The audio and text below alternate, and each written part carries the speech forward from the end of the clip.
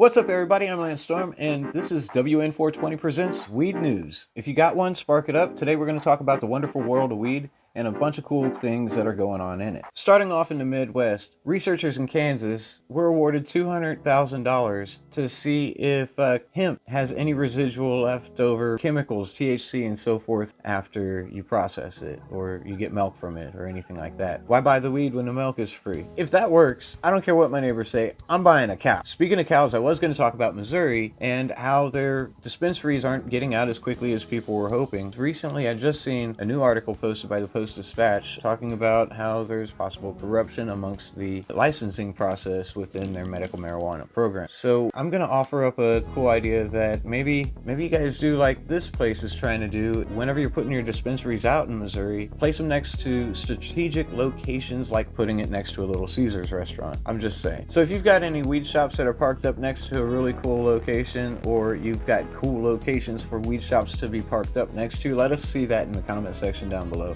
Here's something you won't be sticking in your Nebraska corn husker pipe anytime soon: medical marijuana. Nebraska's Supreme Court shut down a ballot initiative calling it unconstitutional, stating that Nebraska's single subject rule, where you can't bunch things together and you basically have to have a yes or no on your ballot, making it so they can't have medical marijuana on the ballot this year, meaning that the 180,000 signatures that the advocates had collected, I didn't even know they had 180,000 people in Nebraska. 180,000, that has to be pretty much everybody in Nebraska except for the Supreme Court justices, right? To make matters worse, they didn't come to this ruling until pretty much the day before the closeout for ballot acceptances. On a higher note, marijuana extremists are dropping cannabis care packages on people in the streets. It's okay, they're really happy and they're high as hell. In a little more news, the House has put a hold on the vote for marijuana legalization due to the fact that some feel that they should focus on COVID relief before they focus on putting any attention towards marijuana legalization. Now for news about people who have way more money than I do. A New York cannabis company, Columbia Care, who recently acquired the green solution of Colorado, is now in a $96 million